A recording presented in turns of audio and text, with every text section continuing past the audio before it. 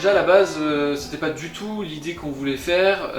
Au tout début, c'est qu'on voulait faire juste un combat entre deux mecs un peu dans la période post-viking, enfin pré-viking, pardon. À l'origine, c'était plus un conflit au sens d'action pure, puisqu'on voulait mettre en scène un combat au sein d'un univers un peu d'antiquité, genre un peu inspiré des Vikings. Et après, nous avons évolué pour faire un film qui, par contre, se passe plus au Moyen-Âge, durant la période post-croisade.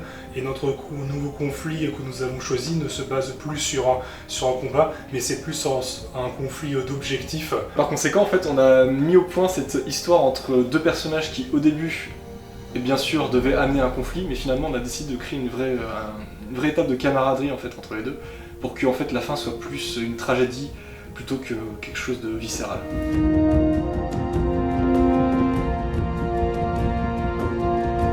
Alors moi j'étais directeur de production et sur le tournage je m'occupais de la mise en scène et puis j'aidais un petit peu en post-prod, notamment au niveau du montage. Alors il faut savoir que pour un film médiéval, niveau production c'est très ambitieux, donc il faut réagir très vite, donc ça demande de l'argent, ça demande des comédiens, des costumes et donc du coup une équipe assez conséquente pour gérer à la fois le cadre, la lumière, les décors, les costumes, tout ça. Donc la première chose c'était d'abord de trouver un budget. Donc on a trouvé assez rapidement plus de 1200 €, donc ça c'est cool, on a pu couvrir quasiment tous nos frais. Ensuite il a fallu trouver les comédiens. Pour le Templier ça a été assez rapide, parce que je me suis tourné tout de suite vers Patrick Mahoudeau. Je lui ai fait passer un casting, puisque je voulais quand même m'assurer qu'il était capable de jouer ce qu'on lui demandait, et il a parfaitement réussi sa mission. Pour le moine ça a été un petit peu plus compliqué, parce que j'ai fait pas mal d'allers-retours entre Angers, Nantes, Saint-Brieuc, tout ça, pour rencontrer plusieurs comédiens pour faire le moine, sauf que il proposait une version qui pouvait être parfois trop dure, trop brutale, et c'est pas ce qu'on voulait. Et puis à Nantes, en fait, je reçois une annonce de Philippe Blouin qui est plutôt intéressé pour notre projet, donc du coup je lui fais passer un casting. Et puis je me dis, c'est vrai qu'il est pas mal, il est bon, il a le truc. Donc on l'a pris, donc on avait nos comédiens, mais ensuite il fallait trouver le décor et les costumes. Alors pour le décor, on a tourné à Melleran, au village de Lambhier, qui a accueilli plusieurs tournages auparavant, dont la série d'Alexandre Astier, Camelot. Donc ils étaient habitués pour les tournages, les gros tournages même, et donc du coup quand on a présenté le dossier, ils étaient tout de suite emballés.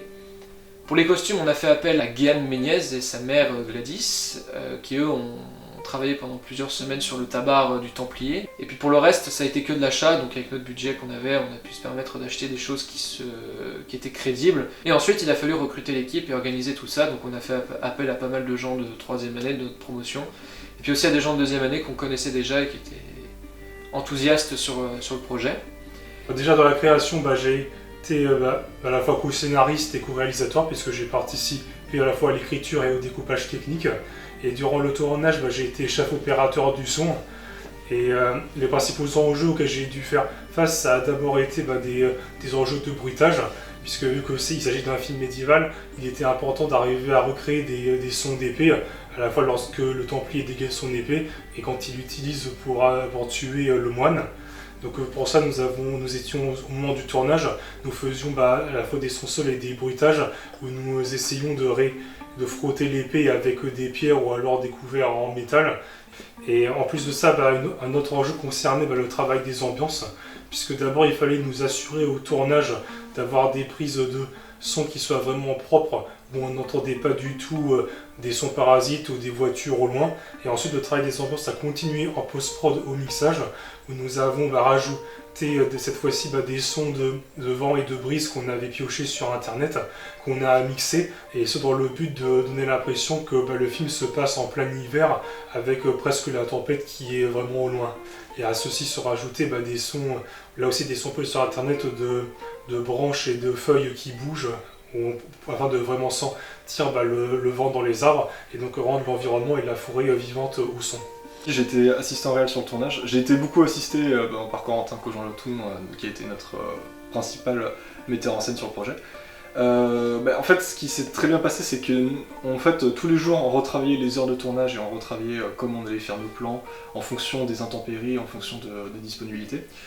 Et ce qui est cool, c'est qu'on a eu une équipe qui était tellement à fond en fait et réactive par rapport au projet, que du coup, moi où je pensais qu'on allait perdre du temps sur certains plans et qu'on allait finir en retard parce qu'on avait que 3 jours de tournage pour 4 séquences avec pour la 4e séquence pas moins d'une vingtaine de plans, pour 3 jours, on était un petit peu chaud. Et en fait, ce qui s'est passé, c'est tout l'inverse. Dès le premier jour, on a commencé à gagner du temps. Ce qui a fait, c'est qu'on a commencé à même tourner des plans qu'on devait tourner les jours suivants durant la première journée. Et la séquence de nuit où on pensait qu'on allait finir à genre 3-5 heures du mat, finalement on l'a terminé à 1h30 et c'était très bien, tout le monde était en forme. Et le lendemain, on a pu se reposer pour entamer une deuxième journée de tournage qui s'est aussi bien passée que la précédente. Et la troisième, c'était pareil.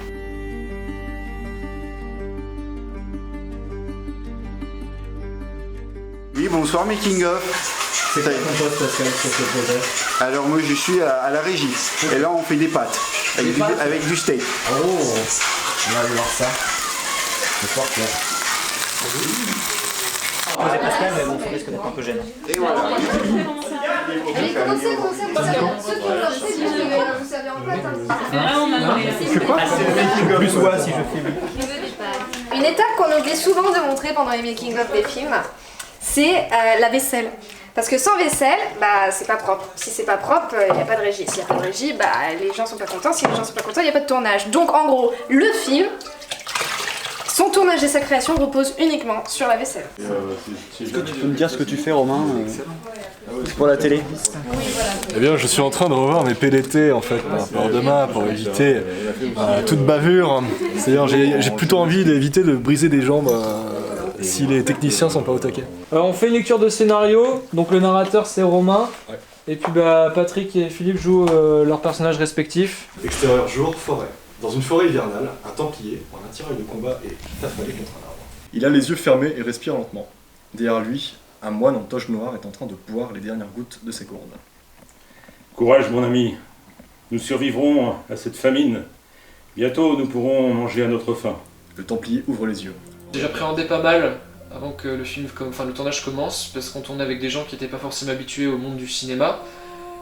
Donc c'est ça qui me faisait un petit peu peur. Et puis quand les gens arrivaient au fur et à mesure le soir, la veille du tournage, je me suis dit il y a une bonne ambiance qui se met en place tout doucement. Donc je me suis dit je suis pas trop inquiet là-dessus, les gens vont pouvoir s'entendre comme il faut. Et puis sur le tournage ils ont très vite compris qu'on n'était pas là pour rigoler, qu'il y avait des enjeux de diplôme derrière, si on peut dire. Donc du coup ils se sont mis à travailler tout de suite, personne n'empiétait sur le travail de l'autre ou quoi que ce soit. On essayait toujours de trouver des solutions, on se tirait jamais une balle dans le pied ou quoi que ce soit.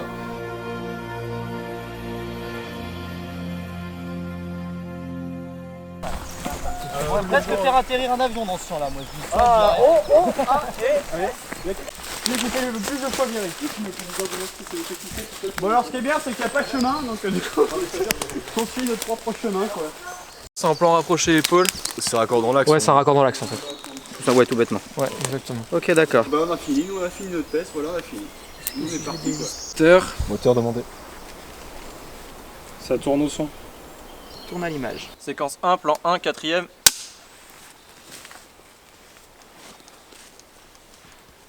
Cadré. Action.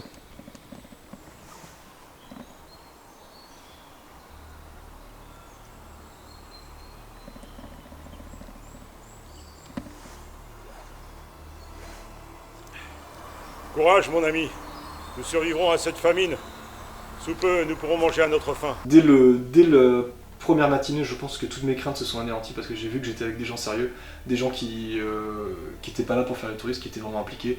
Et puis avec mes deux camarades, on a su gérer. Et puis bien sûr, nos acteurs étaient tip top. Qui a ça aussi. Pas faire n'importe quoi. Ah c'est un métier hein.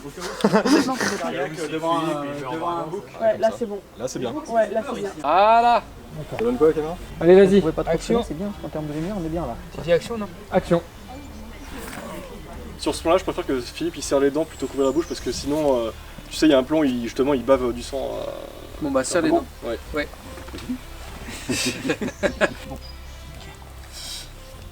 Ça tourne à l'image. Séquence 4, plan 14, prise 1. Ok c'est cadré. Action.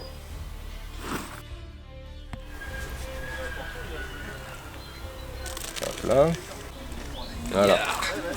Puis là, on va passer. Enfin on a mis du budget 100 dans le film. Laisse-la couler. Encore. C'est Ok.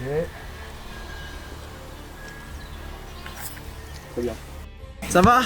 Oui. Ça se passe comment? Bah on est en pleine prépa. Attends. Comme tu peux voir il fait nuit. Ah ouh. Bah, comme tu peux voir il fait nuit. Yes. Donc c'est pas. Il n'y a pas de lumière. Donc on fait un bon petit feu pour la séquence de nuit quoi. Heureusement on a oublié les marshmallows. Heureusement. Malheureusement.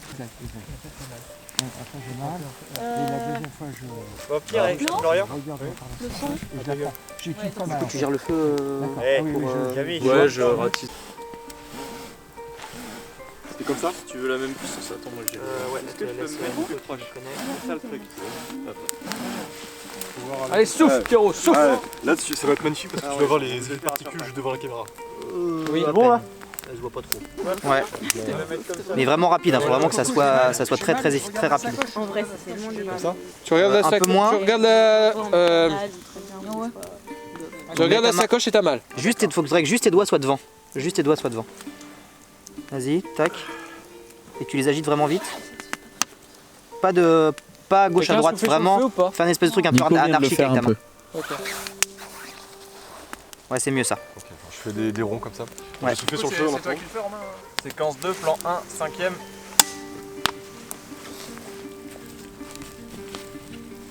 Cadré. Action.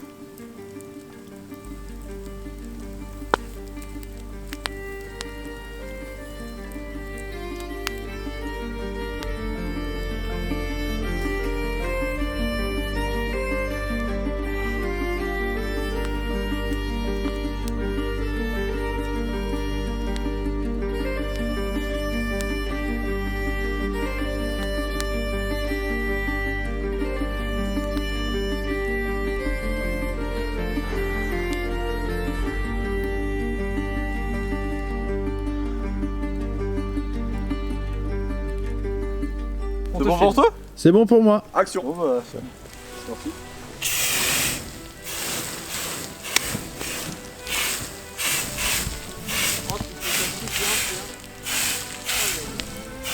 Et c'est sur cette magnifique extinction de feu que se termine le premier jour de tournage. Et oui. Si c'est pas beau. Et si.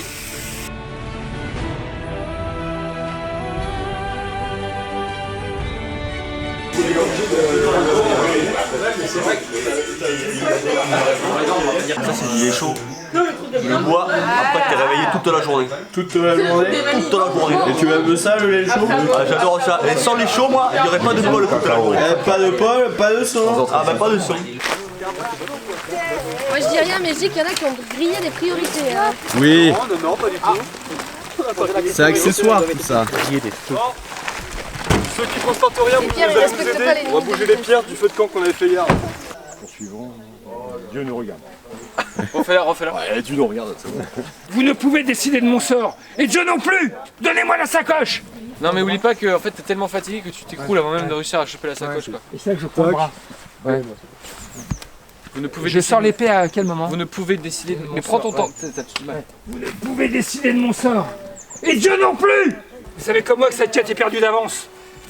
C'est pure folie. C'est un rôle intéressant. Et je découvre aussi, hein, parce que je connais pas trop cette période-là, donc je la connais par les films que j'ai vus, mais être dedans, vivre cette aventure, c'est sympa, ouais, tout à fait. L'ambiance de tournage, ça te plaît? Ouais, très bien, une très bonne équipe, vraiment dans tous les domaines, que ce soit son, cadreur, etc.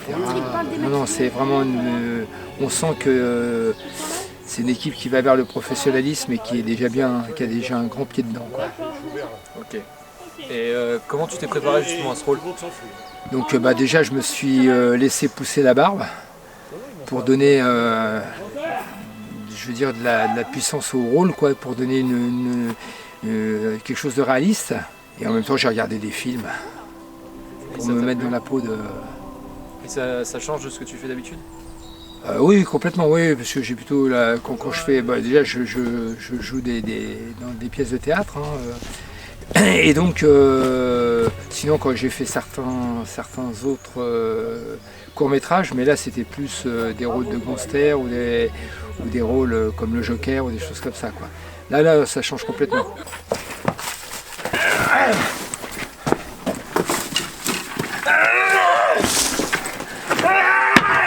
Allez, c'est une fin de journée, on refait ça demain. Bravo. Santé.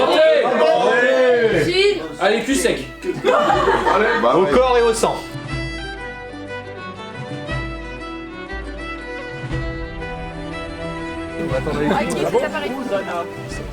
Désolé, dès qu'on force, ça dégage. Le bâton. Chacun a sa prise de perche. Ouais, non, c'est vrai. La prise de perche. C'est vrai, plutôt comme ça. C'est important, tu vois.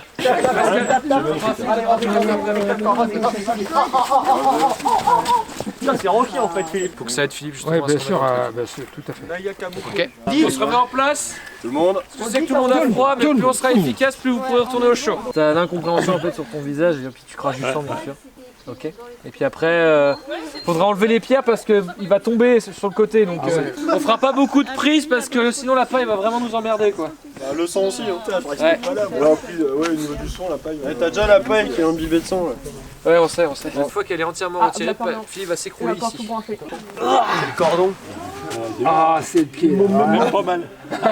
Pour moi, d'abord, c'est une première hein, de jouer avec une équipe de jeunes cinéastes vous avez des jambes, hein. dans un niveau professionnel. Et c'est vraiment une très belle expérience, à la fois dans le rôle et aussi une très belle rencontre avec toute l'équipe. Et là, on découvre vraiment tout le travail que ça a demandé à la fois en amont et tout le travail que les gens font sur la scène. Jusqu'ici, j'étais un comédien de théâtre. Ça m'a apporté un peu tout ce travail de théâtre qu'il faut adapter au cinéma. Donc là, pour moi, c'est une grande découverte. Et je veux dire que les gens autour m'appuient bien dans ce rôle-là. Le rôle, je l'ai préparé dans le sens où l'histoire fait que j'ai déjà vu des films sur cette époque-là et que voilà, une fois rentré dans l'habit du moine, le personnage se met en place tout seul. Voilà. Et ça fait de plus en plus bien. Ça va être logique. Moi, c'est vrai, en spectacle, on l'a peut-être une demi-heure à tout péter chaque soir sur le dos. On la met juste pour la chevalerie. Bon, après, ça dépend. T'as des gus qui sont assez fous pour la mettre pour Connemara aussi, donc ils courent avec. Et tout à fait, Jamy, nous nous retrouvons à Melran, site historique du centre-Bretagne où vivaient à l'époque des moyenâgeux. Suivez-moi. Alors Fred, peux-tu nous expliquer justement le principe de la vie quotidienne dans les maisons mixtes? Eh oui, Jamy. Ici, au village de l'an 1000, vivaient des Celtes. Il faut que vous veniez avec moi. Allez. On se lâche un peu, pardon, parce qu'il reste plus que 4 plans. Donc on peut au moins souffler un peu quoi. 4 plans, tu le sens, les 4 plans. Allez, c'est une fin de tournage. T'as été super top. Non, une bonne équipe. Non. Merci Bravo beaucoup. Merci à vous les comédiens. Bravo à l'équipe. Bravo à l'équipe. Merci. Bravo Patrick, bravo Philippe. Philippe. Philippe. On l'a pas assez fait. C'est vraiment un travail d'équipe. Tu t'attelles à quelle partie du travail là, Corentin? Alors là, on fait la chose la plus intéressante après le tournage, c'est qu'on fait un dérochage. Ça veut dire qu'on récupère tout ce qu'on a fait aujourd'hui et on les met sur l'ordinateur. Est-ce que c'est là qu'on voit si le travail a été bien fait? Eh oui. On retourne si c'est pas bien fait? Et voilà, donc partez pas tout de suite.